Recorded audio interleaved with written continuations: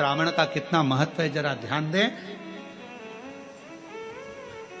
माता सती माता प्रसूति से कहती हैं कि शिव की आराधना करो।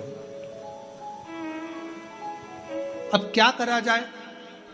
लोग पूछते हैं सावन का महीना इतना प्रिय क्यों शंकर जी को? पूरी कथा का स्मरण है, आज की पूरी कथा उसी पर चली है। सावन का सोमवार क्यों प्रिय है, सावन का महीना क्यों प्रिय, उसी पर पूरी कथा।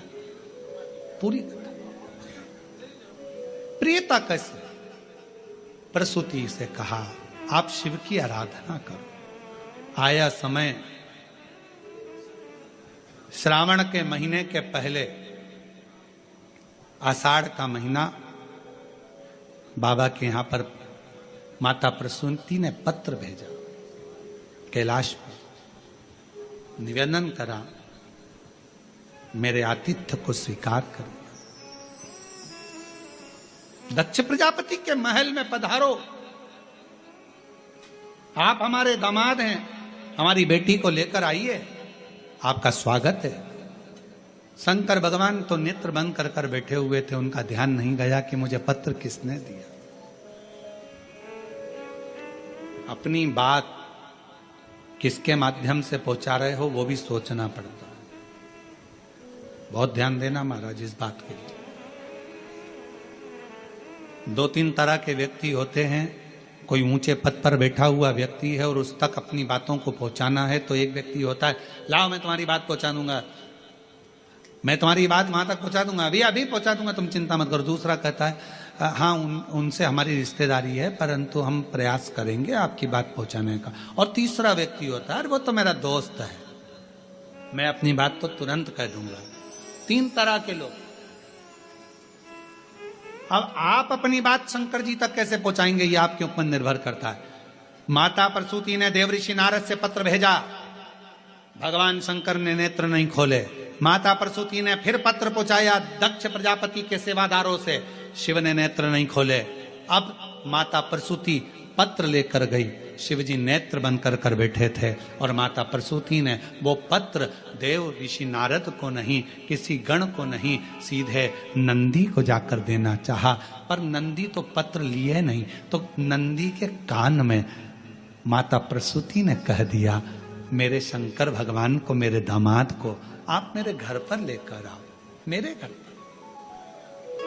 नंदी ने सुना और नंदी ने सुनते सही प्रसूति तो चली गई। आज शंकर भगवान नंदी पर विराजमान मां सती के साथ भ्रमण के लिए निकले थे, भ्रमण के लिए निकले थे।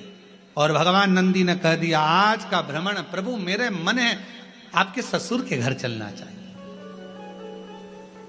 शिव जी मुस्कुराकर बोले तूने ही श्राप दिया है उनका सिर कटने का और तू ही वहां ले जा रहा है, और तुम्ही ने दर्द दिया है तुम्ही दवा देना, तुम्ही ने श्राप दिया और तुम्ही लेकर जा रहे हो। हाँ प्रभु मेरा मन है, चलो। श्रावण का प्रथम दिन भगवान देवाधिदेव महादेव अपने ससुराल आए। प्रसूति मां ने रंगोली डाली है, सत्कार करा है, बंदरवाल सजाए हैं शिव के आगमन के लिए। प्रसूति जैसे ही आगमन के लिए, सत्कार के लिए इतना ताम झाम लगाई, माता सती को लगा हमेशा मेरी बहन आती थी उनका सत्कार होता था, उनके पतियों का सम्मान होता था, पर पहली बार मेरे पति का सम्मान इतना हो रहा, मेरे पति का समझ नहीं आया। इतना आदर, इतना सम्मान, ओ हो।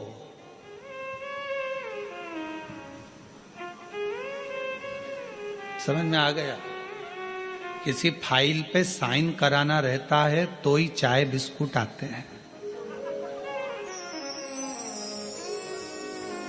भैया भैया प्लीज ये काम कर दो ना, आप कल भोजन पर आना। भैया जी भाभी जी जरूर आना पड़ेगा, मालूम है भैया भाभी से सिग्नेचर करवाना, काम निकलवाना। भैया भैया भाभी भाभी भैया भैया भैया। सती को लगा कि मेरे पति का तो कभी आदर नहीं हुआ मेरे ससुराल, मेरे मायके में, और आज इतना आदर हो रहा है, मतलब समझने वाला विषय, सोचने वाली बात है। इतना आदर, इतना आदर, गजब। सोचा विचार करा, क्या अंदर पहुंची, माता को देखा, माता ने गले से लगाया सती को, प्रसूति ने दामाद का तिलक करा, अंदर प्रवेश करा। प्रवेश करते से ही जब अंदर प्रवेश कराया और प्रवेश कराने पर जैसे ही अंदर लेकर गए, सिंहासन पर बिठाया, खूब सम्मान किया, खूब सत्कार। भीतर प्रवेश, सिंहासन पर बिठाया। श्रावण का महीना था, जब जब भोले बाबा जाने का कहते, प्रसूति रोक लेती, नहीं बाबा अभी नहीं जाना, रुकिए। दामाद साहब किए, खूब सेवा करी, खूब सेवा करी, खूब सेवा करी। आखिरी का दिन था, कुछ समय बचा हुआ था, जब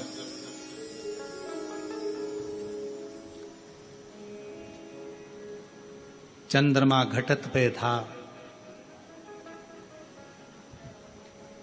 प्रसूति के मन में भाव जागृत हो गया। सती से पूछा, बेटा तेरे पिता के शीश कटना है, क्या करूं तू बता। कहा, जिस रात्रि पर स्वयं शिव अपने भक्तों की दुखों को हरते हैं,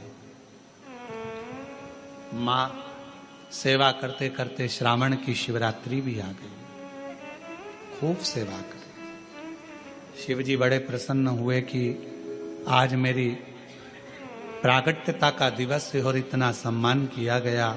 बढ़ते बढ़ते पूरा श्रावण का महीना निकल चला, पूरा आखिरी का दिन था। बाबा जाते जाते प्रसूति की ओर देखे, सासू मां ने हाथ जोड़कर कहा, मेरी एक विनती स्वीकार करेंगे आप। शिव जी ने पूछा, कौन सी विनती। भोलेनाथ, मेरे पति को श्राप लगा है, शीश कटेगा उनका। पति को श्राप है, शीश कटेगा उनका। शिव जी ने कहा, श्राप दिया है नंदी ने, और मेरे भक्त नंदी का बात को मैं टाल नहीं सकता, वचन तो उसका पूरा होगा, शीश कटेगा ही ये निश्चित है, क्योंकि नंदी का वचन है और नंदी के वचन को मैं टाल नहीं सकता। मैं नंदी के वचन को टालूंगा नहीं, शीश तो कटेगा, ये निश्चित है। बाबा कुछ तो करुणा करो।